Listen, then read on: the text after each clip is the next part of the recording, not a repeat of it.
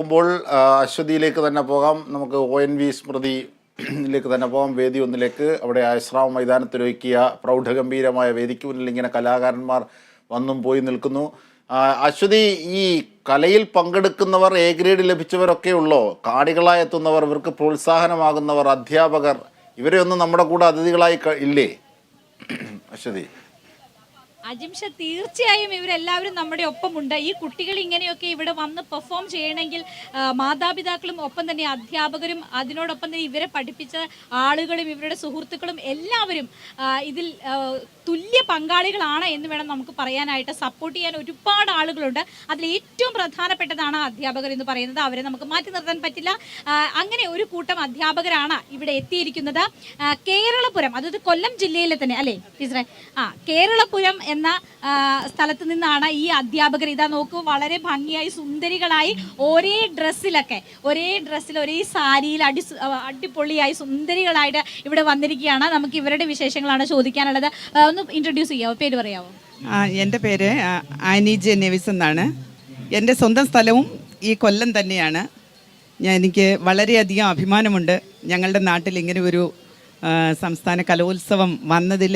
ഞങ്ങൾക്ക് എല്ലാവർക്കും വളരെയധികം അഭിമാനമുണ്ട്.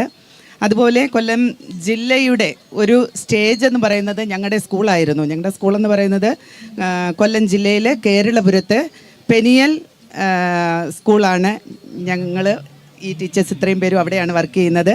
അതുപോലെ പെനിയൽ സ്കൂളിൻ്റെ ഒരു സ്റ്റേജ് കൊല്ലം ജില്ലയുടെ ഈ കലോത്സവത്തിൻ്റെ ഒരു വേദിയായിരുന്നു. അത് ഞങ്ങൾക്ക് വളരെ വർഷങ്ങൾ കൂടി അങ്ങനെ ഒരു വേദി ഞങ്ങളുടെ സ്കൂളിൽ കിട്ടിയതിൽ വളരെയധികം അഭിമാനം ഉണ്ടായിരുന്നു. എത്രയോ വർഷങ്ങൾക്ക് ശേഷമാണ് ഈ കൊല്ലം ജില്ലയിൽ ഇങ്ങനെ ഒരു കലോത്സവം വന്നതും അതിൽ ഞങ്ങൾ പാർട്ടിസിപ്പേറ്റ് ആവാൻ കഴിഞ്ഞതും അതിലെല്ലാം ഞങ്ങൾ അഭിമാനിക്കുകയാണ് ചെയ്യുന്നത്. തീർച്ചയായും ഇത് തന്നെയാണ്. ഒരുപാട് വർഷങ്ങൾക്ക് ശേഷം ഇവിടെ വരുന്നു. ഇവിടെ അത് കാണുന്നതിന് വേണ്ടിയിട്ട് ഈ ആഘോഷമെല്ലാം നമ്മൾ ഉണ്ടാക്കുകയാണ്. ഈ ഉത്സവമൊക്കെ നമ്മൾ തന്നെയാണ് ഉണ്ടാക്കുന്നത്. അതിൻ്റെ ഒരു ഭാഗം തന്നെയാണ് ഇവരെല്ലാവരും. ഈ കൂട്ടത്തിൽ അടിപൊളിയായി പാട്ട് പാടുന്ന ആൾക്കാരൊക്കെ ഉണ്ടോ? ടീച്ചർ പറഞ്ഞോ? എന്നാലും ഒരു രണ്ടുപേരി ടീച്ചറെങ്കിലും രണ്ടുപേരി. ഇവിടെ പതുങ്ങി നിൽക്കുന്നുണ്ട്. കുട്ടികളെയൊക്കെ വിറപ്പിക്കുന്ന ആൾക്കാരാണ്. എവിടെ എഴുന്നേക്കൂ അതൊക്കെ പറഞ്ഞു. അങ്ങനെയാണോ ക്ലാസ് എടുക്കുന്നത് ഇപ്പൊ ഒക്കെ?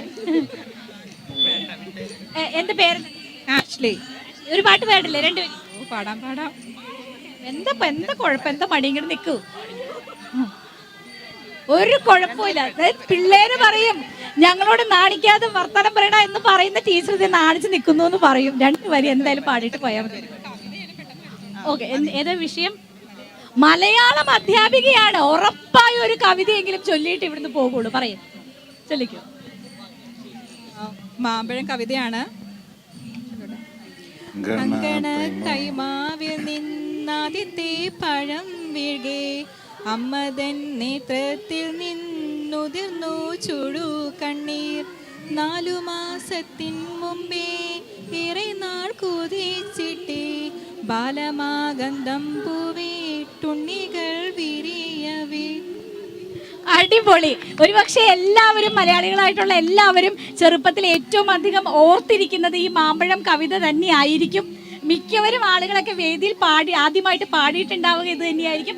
അത് തന്നെ നമ്മുടെ ഈ കലോത്സവ വേദിയിൽ വന്ന കേരള വിഷനോടൊപ്പം അത് തന്നെ പാടിയ ടീച്ചർക്ക് ഒരു